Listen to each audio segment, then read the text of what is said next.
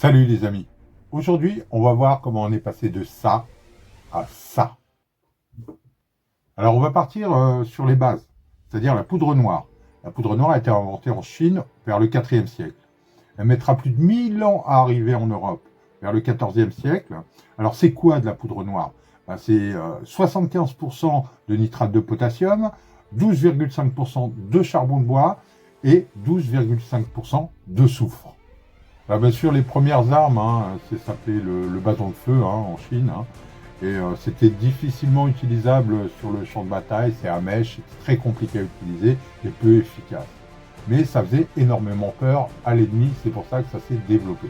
Une autre invention très importante, c'est le rouet. Donc le rouet, c'est un système de mise à feu par une platine qui va être une évolution importante qui mettra fin à la mèche.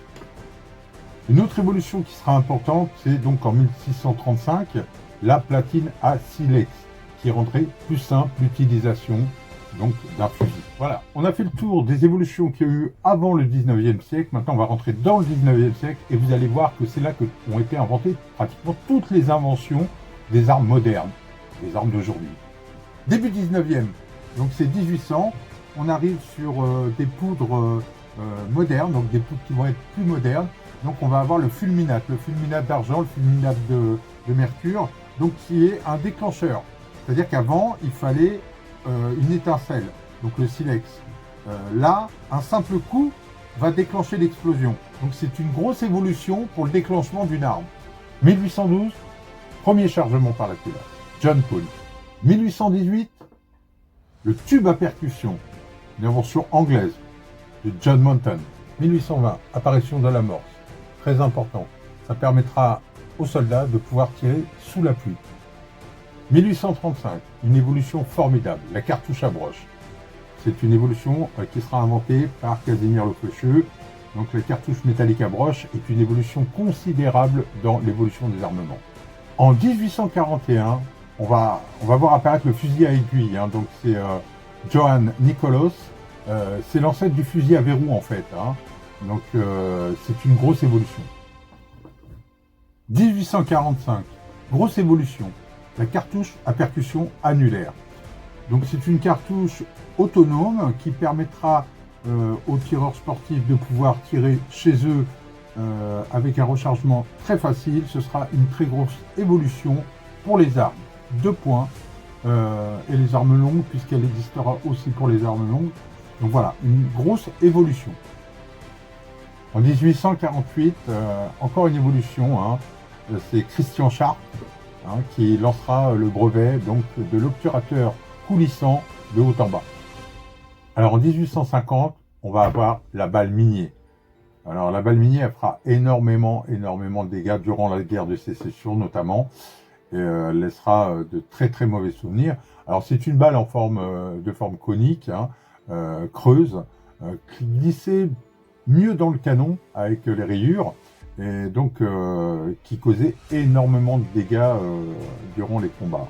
Alors encore Cocorico, c'est encore Eugène Le Faucheux qui en 1854 inventera le premier revolver à broche. Alors en 1860, là on va avoir par contre deux inventions qui vont être importantes dans l'évolution des armes.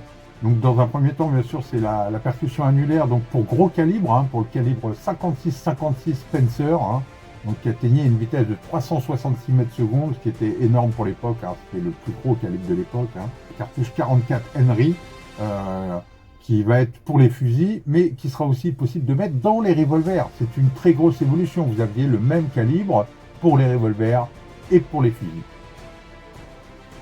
Alors en 1863, encore une évolution française, le développement du chasse-peau. Alors le chasse-peau, il a une importance, ce fusil, puisqu'il avait le premier vraiment verrou étanche.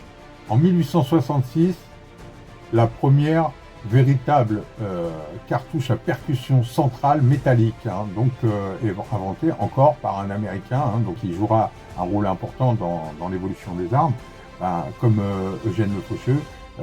Ils ont beaucoup participé à cette évolution des armes du 19e siècle. Là, on est en 1886 maintenant. C'est une invention formidable, la poudre moderne. Donc, quel avantage elle avait? Déjà, elle était 6 fois plus puissante que la poudre noire. Donc vous tiriez beaucoup plus loin, c'était beaucoup plus puissant et beaucoup plus précis. Ça, c'est le premier avantage. Le deuxième avantage, c'était l'encrassement. Vous aviez nettement moins d'encrassement avec la poudre moderne. Hein, c'était un avantage considérable. Vous pouviez tirer beaucoup plus de cartouches.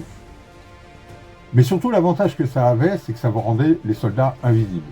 En effet, elle ne dégageait pas de fumée, comme la poudre noire. La poudre noire dégageait de la fumée, ça permettait de repérer l'ennemi. Là, vous n'aviez pas de fumée. Cette arme, le Lebel, donnera un avantage considérable à l'armée française, et notamment pour les colonies, et elle marquera son temps.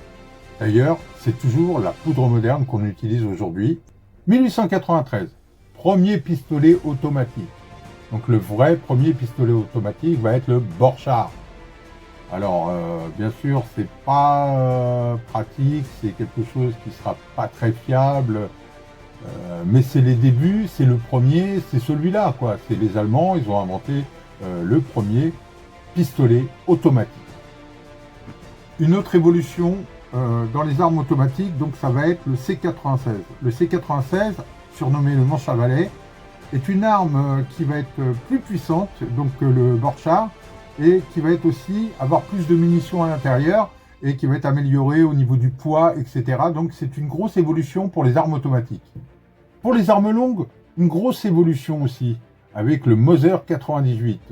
Donc le Mauser 98 en 1898, bien sûr, c'est le perfectionnement de la mécanique du verrou. Donc c'est le perfectionnement ultime. Hein. On aura une arme extrêmement précise, simple à utiliser, de bonne facture, et ça va changer beaucoup de choses pour les tireurs. Hein. On se rend compte qu'une bonne arme bien construite, bien pensée, c'est très important. Donc le Mauser 98, qui va être une arme d'ailleurs qui est extrêmement utilisée sur les pas de tir, hein, par les tireurs sportifs, hein, qui raffolent de ces armes, sera donc une évolution ultime. Le Mauser 98 sera une évolution ultime des armes longues. En 1896, John Broughy concevra le FN 1900. Donc c'est une arme qui est nouvelle par rapport au Borchardt ou au C96 qui utilisait un chariot coulissant. Là, ce sera une culasse. Donc, c'est le premier revolver à culasse, en fait, qui va être inventé par John Broughy dans un calibre de 7,65. Donc, c'était un petit calibre. Alors, bien sûr, il sortira énormément de modèles. Je ne vais pas tous vous les citer, mais il sortira énormément de modèles à cette époque-là. L'ultime modèle qui va d'ailleurs être sorti par John Broughy, qui donnera le 911, c'est le Colt 1900, qui utilisera la cartouche de 38 ACP. Alors l'avantage qu'avait ce nouveau revolver, un verrouillage court de la culasse. Voilà les amis, on est à la fin. On est donc arrivé au XXe siècle. Alors il y aura très peu d'évolution au XXe siècle. Hein. Le chargeur à double colonne, le retour de gaz et quelques petites évolutions. Mais comme les armes automatiques, et on développera énormément les armes automatiques. Mais on peut dire que les plus grosses évolutions se sont faites au 19e siècle, notamment au niveau des poudres, au niveau des munitions et bien sûr au niveau des armes. Hein. On est passé du silex à l'arme automatique, donc ça a été une grosse évolution en très peu de temps. Donc il n'y a pas eu vraiment, quand on regarde bien, il n'y a pas eu vraiment d'évolution au 20e siècle. Les évolutions se sont faites principalement au 19e siècle. On peut dire aussi que ces évolutions se sont faites principalement avec 2, 3, voire 4 pays. Donc on va citer bien sûr la France. Hein. La France a contribué énormément à la progression des armes et de l'armement. Et aussi aux Américains, les Allemands et un peu les Anglais. Mais c'est principalement les Français qui auront pratiquement tout découvert au 19e siècle. Hein. Voilà les amis, j'espère que la vidéo vous aura plu. Je vous dis à bientôt. Ciao, ciao.